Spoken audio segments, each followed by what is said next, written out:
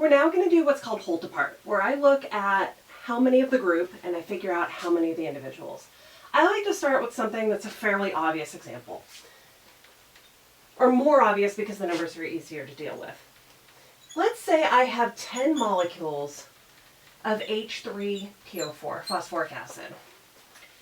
I could ask you, how many atoms of H are there? I could ask you how many atoms of phosphorus there are.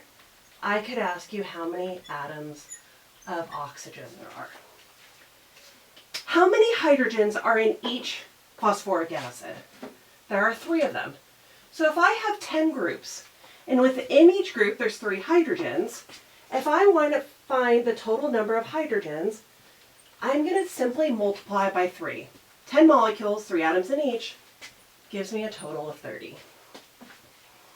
For phosphorus, what should I multiply by? How many phosphoruses are in each molecule? Just 1. So I multiply by 1, and my number of atoms of phosphorus is the same as the number of molecules. What about for oxygen? I should multiply by what? By 4, giving me a total of 40 atoms of oxygen. You're going to do this the same way, even when the numbers are a bit uglier. We're never going to have just 10 molecules of something. Let's say we had 1.4 times 10 to the 23rd molecules of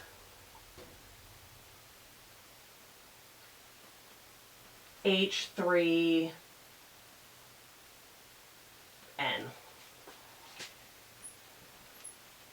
How many atoms of hydrogen? How many atoms of nitrogen? For the hydrogen, once again, coincidentally, I'm going to be multiplying by 3 because I have 3 atoms of hydrogen in each molecule. So now I'm going to do 1.4 times 10 to the 23rd times 3 gives me 4.2 times 10 to the 23rd. To get the atoms of nitrogen, I'll be multiplying by 1, giving me 1.4 times 10 to the 23rd atoms of N. Now, a more realistic problem is probably going to start with something where we give you grams. So now we're going to take a look at one that does that. For example, given 8 grams of iron 3 oxide, we're going to find the molecules, the atoms of iron, and the atoms of oxygen. Iron 3 oxide. Fe is a +3, O is a -2, so I have 8 grams of Fe2O3. What can I find with the grams? I can't get the molecules yet. First, I'm going to have to get the moles. I'm going to use grams equals moles times molecular weight. 8 equals moles times, the molecular weight will be 2 times 56 plus 3 times 16, or a grand total of 160.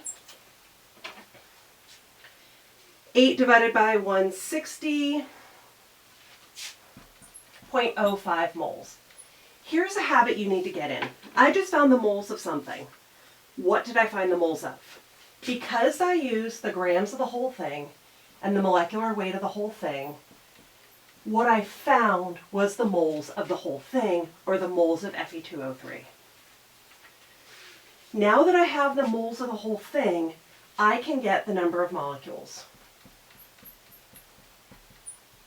by doing number equals moles times Avogadro's number.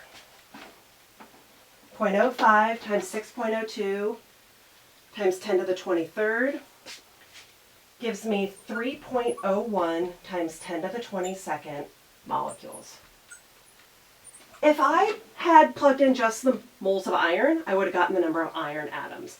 But because I plugged in the moles of the whole thing, I got the number of molecules.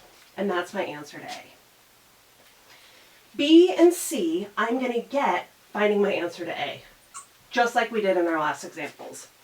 So now that I have the number of Fe2O3s, I can get the number of Fe's and the number of O's.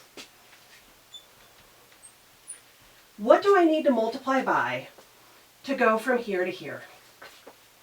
Well, there's 2 irons in each one, so I'm going to take this number and multiply by 2.